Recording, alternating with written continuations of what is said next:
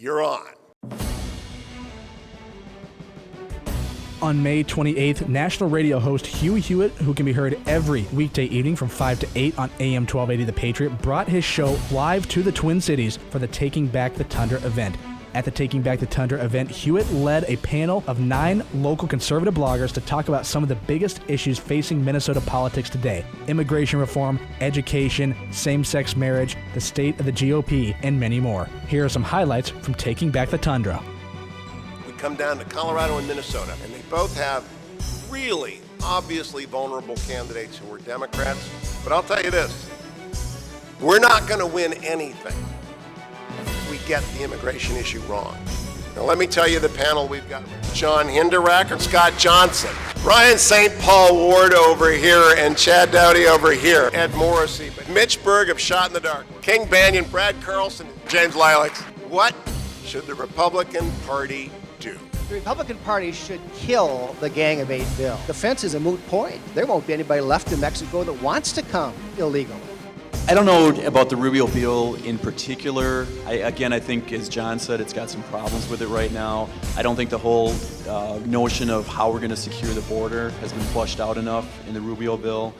I would say overall, I think what the Republican Party needs to do is to put the immigration issue to bed one way or another. It's something that we fight over year after year after year, and it tears the GOP apart. What we have right now is a open door with absolutely no control in it whatsoever. A visa reform bill. The visa system badly needs reform. Is this party doomed in this state? In the last 10 days, they outspent us 3-1. Russia money came in, and we actually had $170,000 spent against us in a race that only has 21,000 voters. Okay, that happened in my race, it happened in Diane's race, it happened in races all over the state, and that's how we lost. I think there's one of several issues that are floating around out there that will get people, grassroots people, to open up their pocketbooks. Guns is one, the daycare unionization jam down is another one.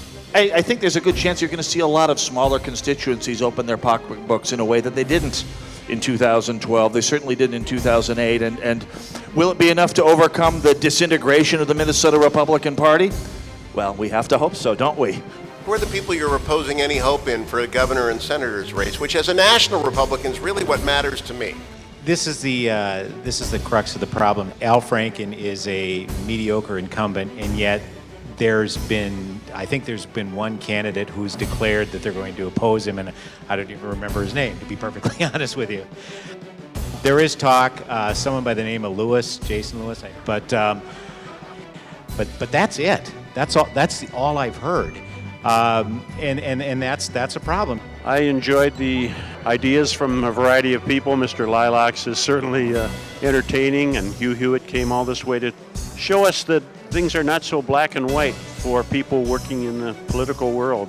I'm a staunch AM 1280, The Patriot supporter, and tonight I was just thrilled to see all these fantastic people headed by Hugh Hewitt, and they did a marvelous job. Many great insights into our Minnesota political problems. But it was a great evening, and I thank all the people who put it together.